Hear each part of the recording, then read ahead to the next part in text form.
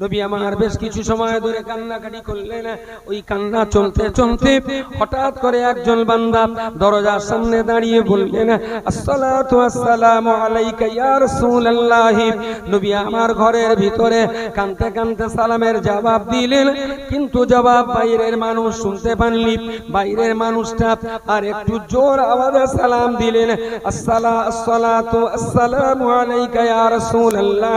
নবী আমার আবার সালামের জবাব দিলেন, কিন্তু যেহেতু কান্নার ফোঁপানি বন্ধ হয়নি, আওয়াজটা জোরে দিতে পারেননি, তাই দরজার সামনে দাঁড়ানো লোকটা শুনতে পাননি। দরজার বাইরে দাঁড়ানো মানুষটা আরো জোর আওয়াজে বললেন, আসসালামু আলাইকা ইয়া রাসূলুল্লাহ। বিশ্বনবী মুহাম্মদুর রাসূলুল্লাহ ঘরে দরজা খুলে দিয়েই বললেন, ওয়া আলাইকাস সালাম ওয়া আলাইকুমুস সালাম। এ আল্লাহর বান্দাকে আপনি ঘরে দরজা খুলতেই দেখলেন আল্লাহ পাকের ফেরেশতা জিবরিল রাসূলুল্লাহর ঘরের সামনে হাজির হয়ে গেছে।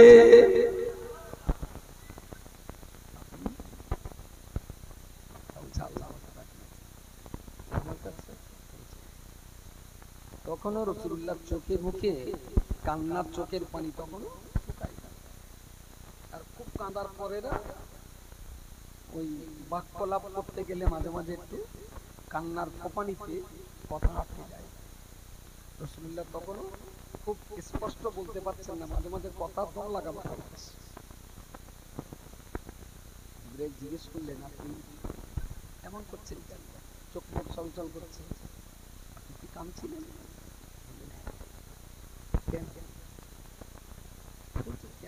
আর আপনাকে আর কি বলবো, কেন যে কাঁদছি তা সে আর কি বা বলে আপনাকে বলে। আপনি বলছেন না বলুন। রাসূলুল্লাহ বললেন, যে আল্লাহ আমার উপরে দায়িত্ব দিয়েছেন কোরআন মানুষকে শোনাতে হবে। আমি শোনাবার জন্য মানুষের কাছে যাই, কিন্তু যেখানে দাঁড়িয়ে আমি মানুষকে কোরআন শোনাচ্ছি, ঠিক আমি নামার পরে সেই জায়গাতে আমার চাচা, আমার কাছের লোক নাই, জনগণকে বলছে যে আমি পাগল হয়ে গেছি। আমি মনের দুঃখ, কষ্ট, যন্ত্রণা কাকে বলবো?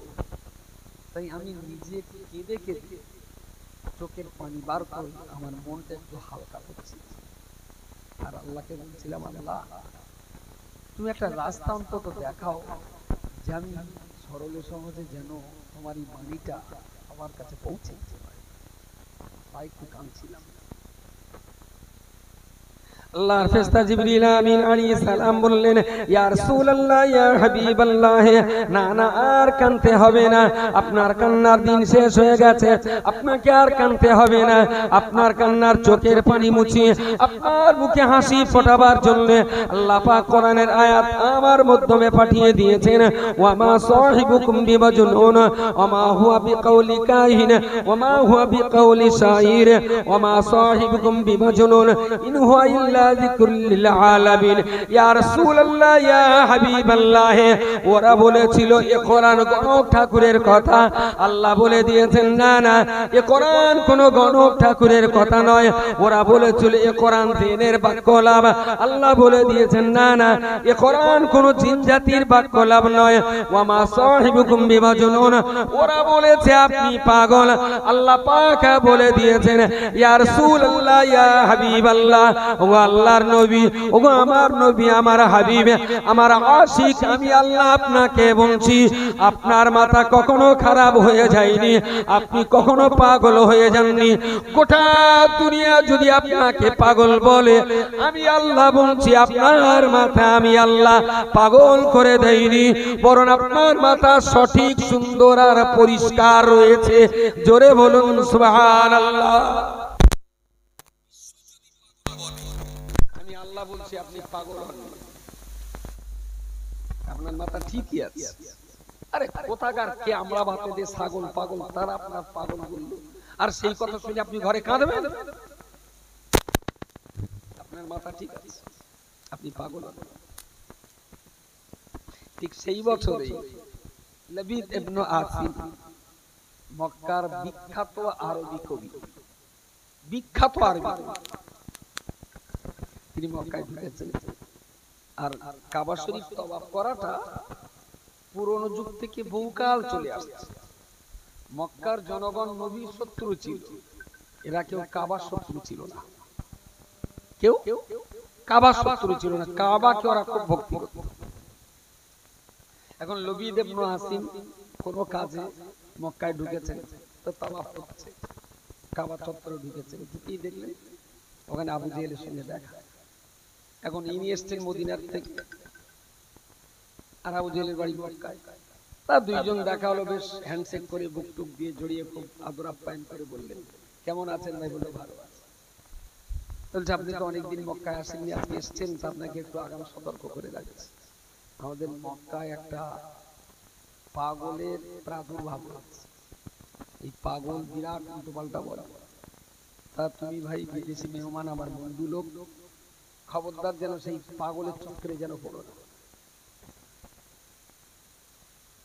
বলছে সে পাগল চিনবো কি করে? বলছে পাগলের নাম মোহাম্মদ, খবরদার তুমি যেন পাগল মোহাম্মদের চক্রে পড়ো না, ওর কথা যেন শুনো না। আবার বদ্ধ পাগল হয়ে গেছে। কি বলবো ভাই, দুঃখের কথা, সে আবার অন্য কেমন, সে আমার নিজের, আমার ওই চাচতো ভাই আর ওর খবরে যেন পা দিও না, খবরদার। তো তওয়াফ করার পর লোকদের মনে বারবার মনে হচ্ছে যে, তখন বললো যেন পাগলের খপ্পরে পা না দেয়। সত্যি, আচ্ছা দেখাই যাক পাগলটা কিরকম। সুবহানাল্লাহ বলে, আরো জোরে বলেন সুবহানাল্লাহ। বাংলা একটা কথা বলে, অভিশাপে বড় হয়, তাই না? আবু জেহেল যদি ওর বানর না করতো, তাহলে ওর হয়তো পাগল দেখার কোনো চাহিদা হতো না। কিরাম পাগল যে দেখতে বারণ করলো। তওয়াফ সেরে কাজ কাম মিটিয়ে বাইরে এসে বলছেন, যাকে পাচ্ছেন ভাই, আপনাদের এখানে এরকম মোহাম্মদ বলে কোন লোক তো আছে? একজন আছে। এখন এই হতে হতে আলী তখন ছেলে মানুষ, বাচ্চা মানুষ, বলছে তুমি কোথায় আছেন? বলে এই কোথায় আছে। হযরত আলীকে জিজ্ঞাসা কাকা শোন, হযরত আলী গেলেন, বলছে তোদের এখানে মোহাম্মদ বলে কোন পাগল টাগল আছে?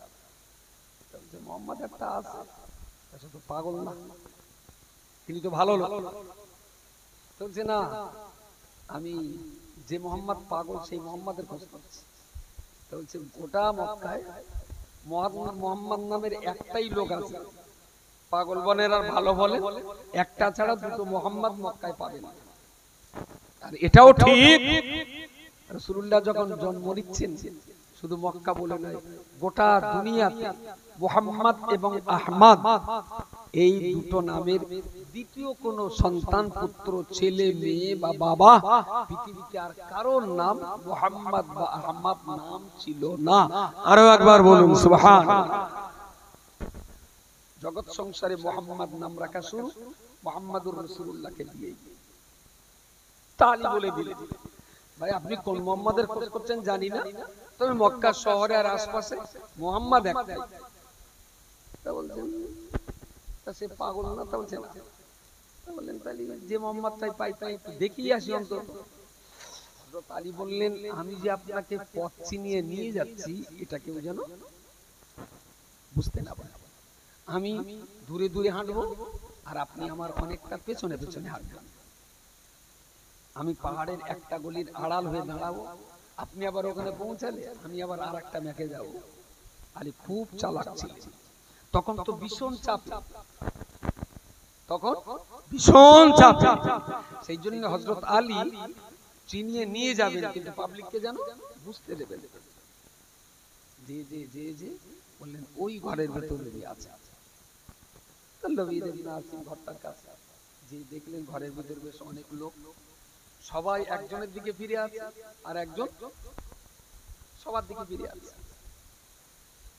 তো দরজার ধারে যে দেখলেন যে সবাই বসে আছে, তো লবিদ ইবনে আসিম দরজার সামনে যেতেই রাসূলুল্লাহ হাতটা ইশারা করে বললেন, কি গো লবিদ, লবিদ এই শোনো, বস।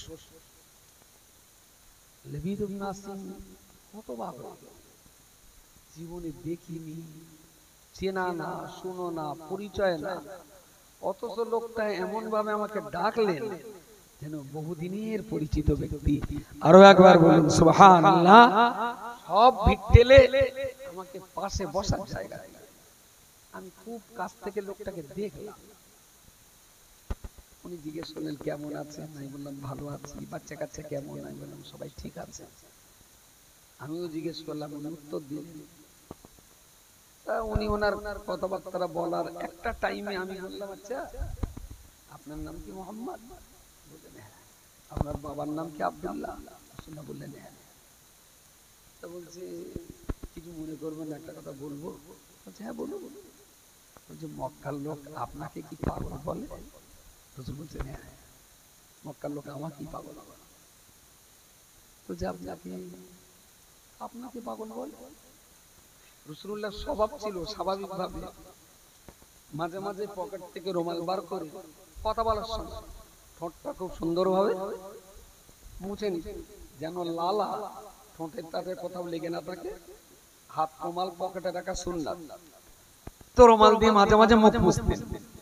কখনো কখনো পাগড়ি খুলে চিরুনিটা বার করে সুন্দর করে মাথাটা আঁচড়ে, দাড়ি টাড়ি বেশ আঁচড়ে, এটা তার চিরাচরিত স্বভাব ছিল। আবার এই দাড়ি মাঝে মাঝে দুটো একটা দাড়ি এরকম একটু দল ছাড়া হয়ে গেলে দাড়িটা ধরে আবার বেশ এরকম দলের ভেতরে ঢুকিয়ে দেয়। একটা দাড়ি খাপছা হয়ে গেলে দেখতে খারাপ লাগে। লবিদ ইবনে আসিম খুব ফুটিয়ে ফুটিয়ে দেখেছে, যে লোকটা ঠোঁটের থুতু লাগলে রুমাল দিয়ে মোছে, যে লোকটা খুব পরিপাটি করে মাথা আঁচড়ায়, যে লোকটা একটা দাড়ি লাইনচ্যুত হয়ে গেলে সেটা ধরে আবার দাড়ির দলের ভেতরে ঢোকায়, এইরকম একটা রুচিশীল সভ্য ভদ্র পরিচ্ছন্ন মানুষকে যারা পাগল বলে, আসলে তারাই পাগল। সুবহানাল্লাহ। নবী কিন্তু এখন ইসলামের কথা লবিদকে কিচ্ছু বলেননি, আর নবী তো লবিদকে ডাকেন। তা সব দেখে শুনে ওর ভিতরের চাহিদা কোনো মতেই শেষ করতে পারছে না, এক টাইমে বলেই ফেললেন, আপনাকে ওরা কতদিন ধরে পাগল করছে? জন্মগতভাবে বলছে না, আরে 40 বছর পর্যন্ত ওরা আমার মাথায় করে বেরিয়েছে। হাজরে আসওয়াদের পাথর নিয়ে ওরা মারপিট করতে যাচ্ছিল, ওরা আমারে মোড়ল করে দিল, আমি বিচার করে দিলাম, ওরা সেই বিচার মেনে নিল। মনে পড়ে না হাজরে আসওয়াদ পাথর? বলছে ওরা ঝগড়া করে ফায়সালার জন্য আমাকে ডাকতো। বলছে পাগল? বলছে কবে থেকে? বলছে যেদিন থেকে আমি কোরআন শোনাচ্ছি ওরা সেই দিন থেকে আমাকে পাগল। ও আচ্ছা, কোরআন কিসে?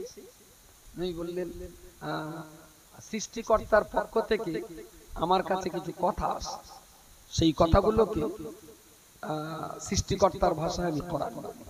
তা বলছে সেই কোরআন আপনি আমাকে একটু শোনাবেন? বলছে হ্যাঁ, আমি তো কোরআন শোনাবার জন্যই তো পাগল টাইটেল দিয়েছি। লোকে তো শুনতে চায় না, আর তুমি তো শুনতে চাইছো, শোনাবো না মানে? বলছে পড়ুন। নবী আমার আল্লাহর কোরআন তেলাওয়াত করতে চলেছেন। আলহাকুমুত তাকাসুর হাত্তা যুরতুমুল মাকাবির, কাল্লা সাওফা তা'লামুনা সুম্মা কাল্লা সাওফা তা'লামুনা, কাল্লা লাউ তা'লামুনা ইলমাল ইয়াকিন লা তারাউন্নাল জাহিম সুম্মা লা তারাউন্নাহা আইনাল ইয়াকিন সুম্মা লা তুসআলুন্না ইয়াওমা ইযিন আনিন নাঈম। নবী আমার কোরআন একটার পর একটা তেলাওয়াত করে চলেছেন। লবিদ ইবনে আসিম অবাক নেত্রে রাসূলুল্লাহর মুখের দিকে তাকিয়ে আছেন। রাসূলুল্লাহ অনেক সময় তেলাওয়াত করার পরেতে একটা টাইমে যখন কোরআন তেলাওয়াত বন্ধ করেছেন, লবিদ ইবনে আসিম বুঝতে পেরেছেন আমার চোখ মুখ তো চোখের পানিতে ভিজে গেছে। জোরে বলুন সুবহানাল্লাহ। আসলে আল্লাহর কোরআন শুনতে শুনতে শুনতে শুনতে লবিদের চোখ দিয়ে কখন থেকে পানি টুপিয়ে পড়ছে, লবিদের চোখের পানির দিকে কোনো খবর ছিল না। তো কোরআন পড়া রাসূল বন্ধ করলেন, চোখ মুখ বুঝে বললেন, মুহাম্মদ এইগুলো তাহলে আল্লাহর কোরআন? তো বলছে হ্যাঁ। বলছে তো অসম্ভব সুন্দর কথা, এত সুন্দর। আমি তো কাব্য চর্চা করি, আমি তো আরবি কবিতা রচনা করি, কিন্তু এত সুন্দর কবিতা পৃথিবীতে কোথাও পাই? আলহাকুমুত তাকাসুর, এক লাইন শেষ, পরের লাইন হাত্তা যুরতুমুল মাকাবির, তাহলে সুর বীর কবিলাস কবিতার ছন্দে দারুণ বীর। তো বললেন এই রকম সুন্দর কবিতা তো বাবার কালে শুনি, আর এই কবিতাগুলো সৃষ্টিকর্তা আপনার কাছে পাঠায়, আপনি বলেন। বললেন হ্যাঁ, তাহলে এর জন্য ওরা পাগল বলে। বলছে তাহলে লবিদ বললেন তাহলে সেই পাগল আপনি বা একাই হবেন কেন, যারা আপনাকে যে কোরআনের কারণে পাগল বলে। আমি লবিদ শুনে বুঝে আমি আমার মন থেকে বলছি, আমিও ওই পাগলের দলে যুক্ত হতে চাই। আরো জোরে বলেন সুবহানাল্লাহ। বলুন আমি কি করলে ওরা এতদিন আপনাকে পাগল বলেছে, আর আমি কোন কাজ করলে ওরা যেন আমাকেও আপনার দলে দেয়। আমি ওদের মতন ছাগলের কাছে পাগল হতে চাই। এই কোরআন তেলাওয়াত করে যদি পাগল হতে হয় তাহলে আমিও পাগল হতে রাজি। রাসূলুল্লাহ বললেন তাহলে কোরআন কিছু পড়ে নাও। রাসূলুল্লাহ পড়ালেন, উনি শুনলেন, একটা টাইমে কলমা শাহাদাত পড়ে নিলেন, কোরআন শিখে নিলেন। কোরআন মানে তো এই কোরআন ছিল না, হয়তো 20-25 আয়াত পাথরের উপরে পাথর ঘষে ঘষে নবী বললেন, উনি পাথরের উপরে আরেকটা পাথর দিয়ে ঘষে ঘষে কোরআনের আয়াত কটা লিখে সেই পাথরটা ব্যাগের ভিতরে নিয়ে বিদায় নিলেন। ফেরার পথে আবার ঠিক যেখানে গেলি বাঘের ভয় সেখানে শুনে যায়। আবু জেহেল দেখা হয়েছে, দেখা হতে সেই আগের কথা, সেই বলিলাম সেই পাগলটার কাছে যাওনি। কোন রকমের বিরক্তি ভয় ত্রাস আতঙ্ক কিচ্ছু ভিতরে না রেখে এক গাল হেসে বললেন, আবু জেহেল বলে জি, বলে আমি পাগলের কাছে শুধু গেছি তাই না, আমি পাগল হয়েই ফিরেছি। সুবহানাল্লাহ বলে। এখন থেকে তুমি আমাকেও পাগল বলতে পারো। এই জন্যই তো তোর জাতি বারণ করল। তাহলে তুমি বললে বলেই তো আমি গেলাম। তুমি যদি আমার বলে না দিতে আমি তো যেতাম না। আসলে তুমি বলেছিলে যে পাগল কাছে যেতে তুমি বারণ করেছিলে। আমি মনে মনে ভাবলাম আচ্ছা তো বলেছে পাগল, ঠিক আছে আমার মাথা তো ঠিক আছে, তাহলে কোনটা পাগল আর কোনটা ভালো ওটা পার্থক্য করার মতন আমার মাথায় যুক্তি বুদ্ধিটা আছে। সুতরাং দেখে যদি বুঝি পাগল তাহলে কথা বললাম না, কিন্তু তুমি বললে বারণ করলে আর আমি তারে দেখলাম, আপাদমস্তক দেখলাম, শুনলাম, বুঝলাম, কথা বলি, আলাপ আলোচনা সেরে আবু জেহেল আমার মনে হয়েছে যারা মুহাম্মাদের মতো মানুষকে পাগল বলে তাদের মতন পাগল পৃথিবীতে আর নেই। তার মানে ঘুরিয়ে কারে বললো পাগল?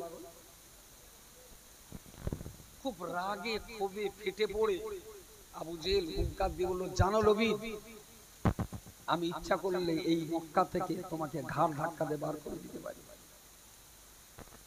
তোমার এত বড় সাহস যে মুহাম্মাদের বিরুদ্ধে আমরা সবাই লড়াই করছি, তুমি সেই মুহাম্মাদের কোরআন পড়ে এসেছো, তার কলমা পড়ে এসে এখানে আবার কথা বলছো, আমি ইচ্ছা করলে তোমাকে ঘাড় ধাক্কা দিয়ে বার করে দিতে পারি। লবিদ বললেন, কাবা শরীফটা কিন্তু আপনার বাবা গেলে সম্পদ না, কাবাটা আপনার বাবা গেলে সম্পদ না, এ কাবা পৃথিবীর সব মানুষের সমান অধিকার। শুধু কাবার ভিতরে বলে তাই, তাহলে আমিও আপনাকে উচিত শিক্ষা দিতাম। একটু সুবহানাল্লাহ বলে।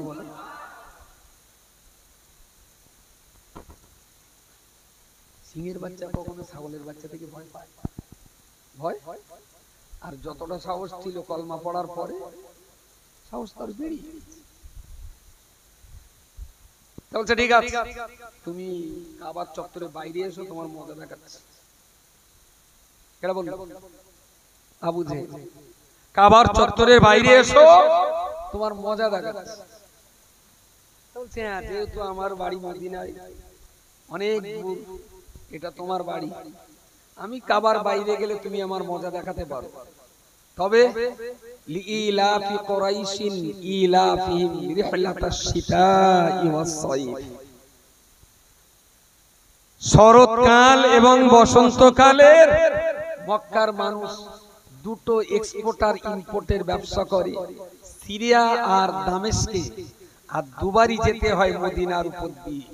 আমি কাবার বাইরে গেলে যদি তুমি আমার শিক্ষা দিতে পারো, তাহলে সামনে বসন্তকালে মদিনার উপর দিয়ে যখন সিরিয়ায় ব্যবসা করতে যাবে, ঘটি বাটি গুটিয়ে সেদিন সোজা করে ছেড়ে দেবো। কথা বলেন, কথা বলেন, জোরে বলেন সুবহানাল্লাহ। কোনো ভয় নাই। তুমি এখানে গালা ধাক্কা দেবে তো আমি কিচ্ছু বলবো না, কিন্তু সামনে বার যখন মদিনার উপরে ব্যবসা করতে যাবে, সেই দিন ব্যবস্থা। ব্যবসার উপরে যে হাত মেরেছে লবিদ ইবনে আসিম, আবু জিল ভয় জড়সড় এই শালা সর্বনাশ যে। গোটা মক্কার অর্থনৈতিক অবস্থা নির্ভর করবে এই দুটো এক্সপোর্টার ইম্পোর্টের উপরে। মক্কায় জমজমের পানি, খেজুর, উটের দুধ, অল্প গম, এই ছাড়া মক্কায় কিচ্ছু নেই, শুধু পাথর আর বালি। কি কি বলেছি?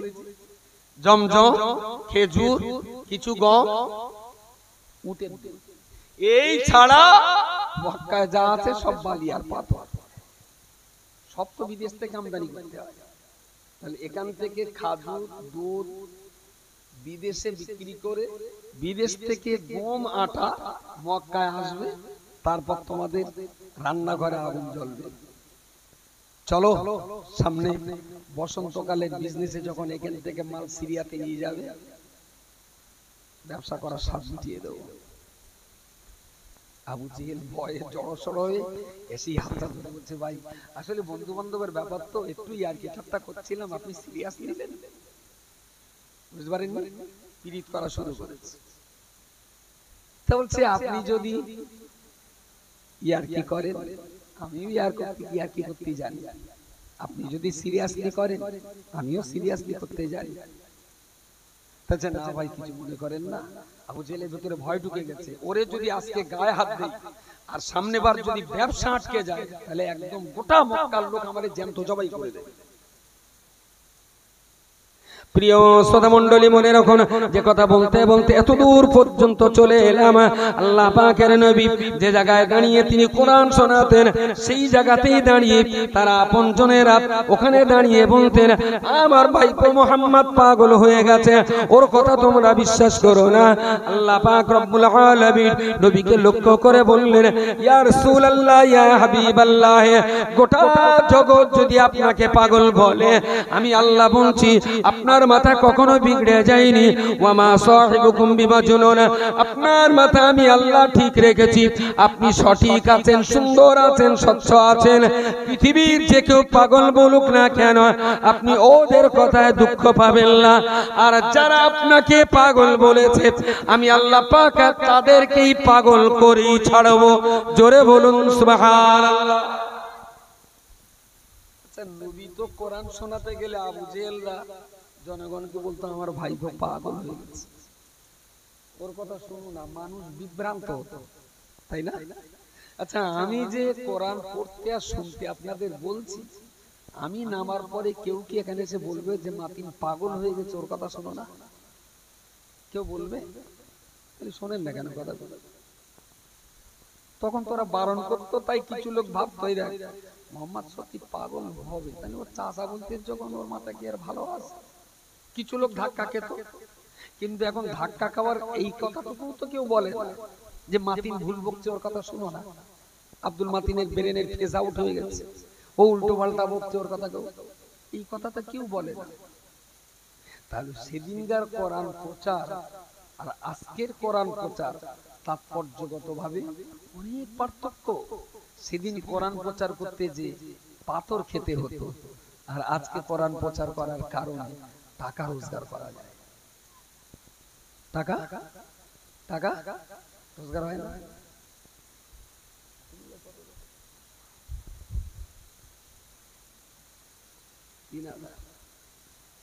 আশিকের লস করে গেছে 3000 দেয়, আর আমি তো জমিদার, তো আমার অত টাকা লাগবে না, 1000 ডেক দিলেই হয়ে যাবে,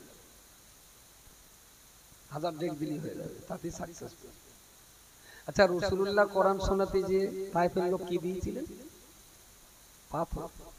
আর আশিক বিল্লাহ কোরআন শুনে কি পেয়েছে? টাকা। এর পরেও যদি আশিক বিল্লাহ বলে পুরুলিয়ার থেকে এসলাম 3000 থেকে দিলে হয় এই ফেল আর 27000 ফেল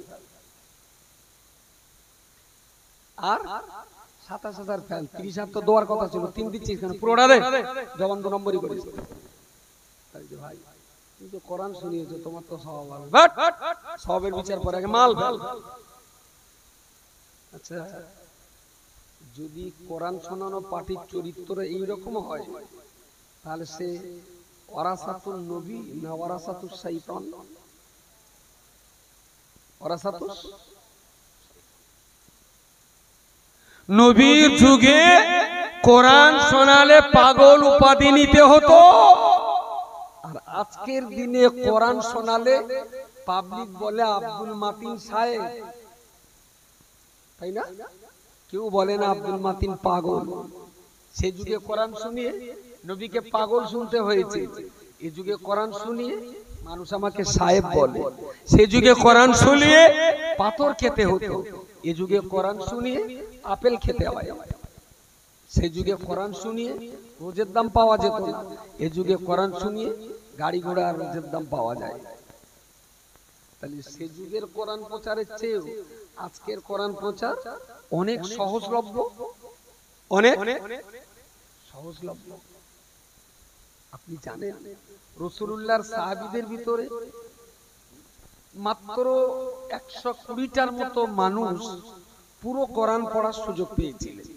মাত্র 120টার মতো সাহাবী পূর্ণাঙ্গ কোরআন পড়া সুযোগ পেয়েছিলেন কোরআন নাজিল হয়েছে তো 22 বছর 5 মাস ধরে 22 বছর 5 মাস ধরে কোরআন তো মক্কাতে হেজাজে তায়েফে জেদ্দায় রিয়াদে সমস্ত জায়গায় তো কোরআন ছড়িয়েছিল নবী যেখানে কোরআনের আয়াত নাযিল হয়েছে সেখানকার মানুষকে শুনিয়ে এসেছেন লিখে দিয়ে এসেছেন তারা লিখে নিয়েছেন জেদ্দায় গেছেন কোরআন নাযিল হয়েছে তো সেই কোরআনের আয়াত নবী মুখস্থ করেছেন সাহাবীদের বললেন তোমরা লিখে নাও কাতে বহি যারা তারা লিখে নবী সিরিয়াতে গেছেন কোরআন নাযিল হয়েছে নবী জেদ্দায় আপনার হুদায়বিয়াতে গেছেন কোরআন নাযিল হয়েছে নবী মদিনাতে গেছেন কোরআন নাযিল হয়েছে যেখানে যত কোরআন নাযিল হয়েছে সেখানকার মানুষ সেই আয়াতগুলো লিখে নিয়েছে সাহাবীদের কাছে পূর্ণাঙ্গ কোরআন ছিল না নবী ইন্তেকালের পরে ওই সানি খুতবায় জুমার দিনে পড়া হয়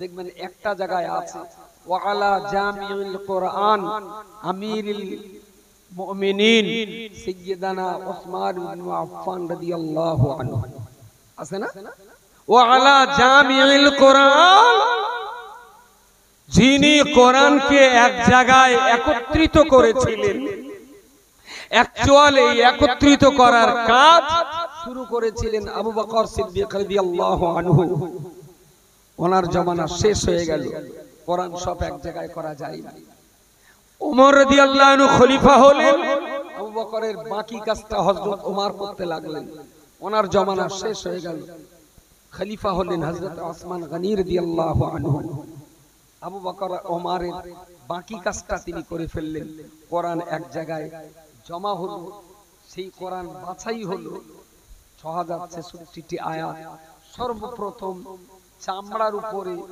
চুলোর কাঠকয়লার কালি দিয়ে কাঠের তৈরি কলম দিয়ে চামড়ার উপরে প্রথম কোরআন বই আকারে লেখা হলো এক পিস কোরআনের ওজন দাঁড়ালো প্রায় 50 কিলো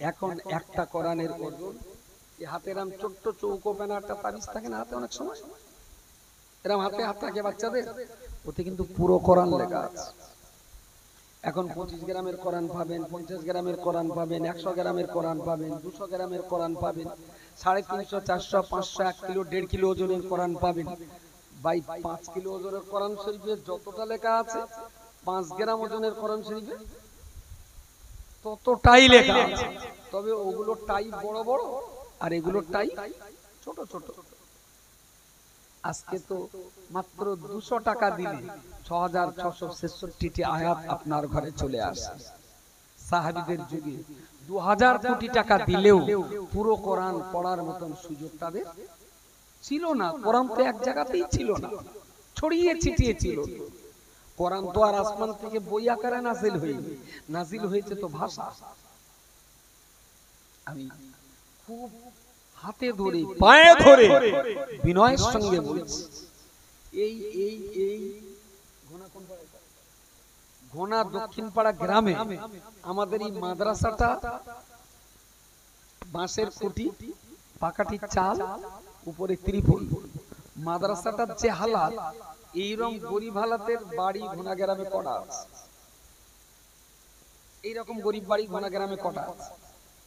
একটা। তাহলে ঘোনা গ্রামের সবচেয়ে গরিব ঘর এই ঘরটাই।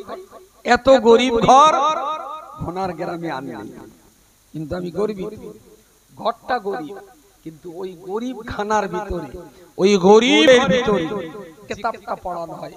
এটাই হলো পৃথিবীর নির্ভুল শ্রেষ্ঠতম কিতাব। জোরে বলুন সুবহানাল্লাহ।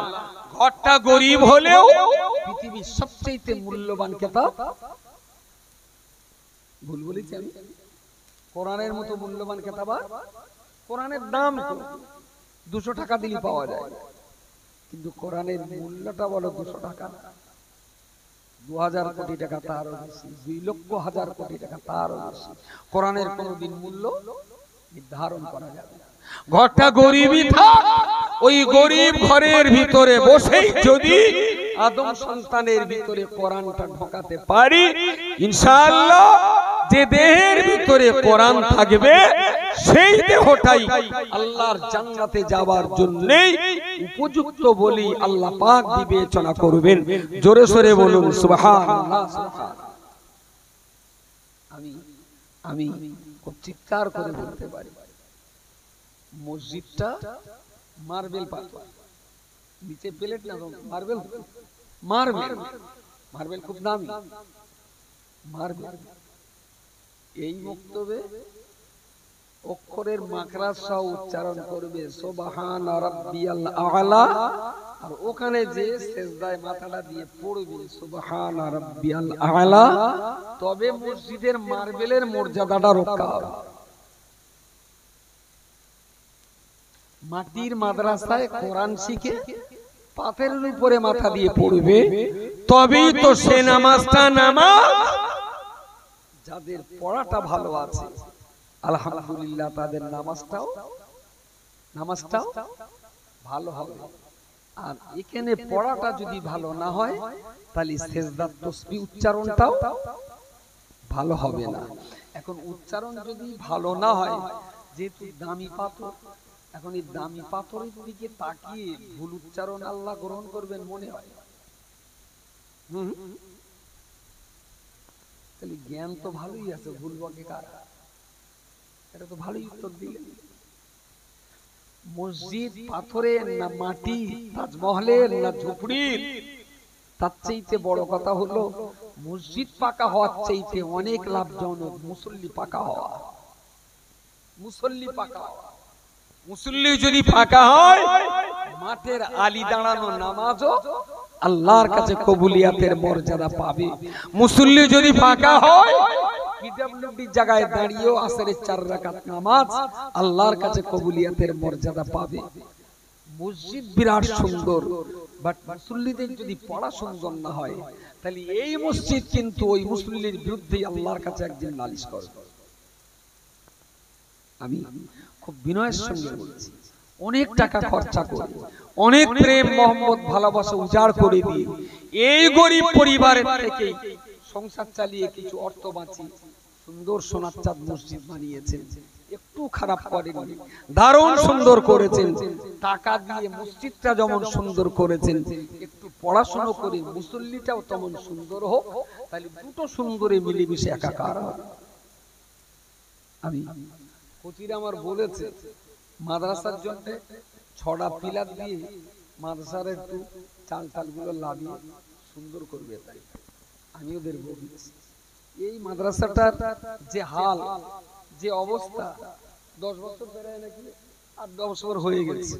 খুঁটি টুটি গুলো এত দুর্বল, হয়তোবা নাড়া দিলি ঢকমক করে নড়ে, আবার ভয় পায় কখনো কখনো ভেঙে যদি পড়ে। তো যাই হোক, ওরা চেয়েছিল পিলার দিয়ে অন্তত চালটা লাগিয়ে নতুন করে একটা চাল দেবে। আমি বলছি না, পাকা পিলার দিয়ে ওই পিলারের রড ফট গুলো দীর্ঘদিন পড়ে থাকলে জাং ধরে যাবে। পিলার দিতে হবে না, বিকালে মায়ের এখানে পড়বো, আর বাচ্চাদের ক্লাসটা মসজিদের দোতলায় একটু হোক। এতটুকু জায়গায় 100 বাচ্চাকে কখনোই ভালোভাবে পড়ানো যায় না। দক্ষিণ পাড়ার বাবা মায়ের চরণ ধুলিকে আমি প্রণাম জানাচ্ছি যে তারা তাদের বাচ্চাগুলোকে কোরআন শেখাবার জন্য এই গরিব ঘরে পাঠিয়ে দিয়েছেন। যত পরিবারের সন্তান এখানে কোরআন শিখতে আসছে, আল্লাহ যেন প্রত্যেকটা পরিবারে কোরআনের ইজ্জতের রহমত আর বরকত যেন আল্লাহ কবুল করেন, বলুন আমিন।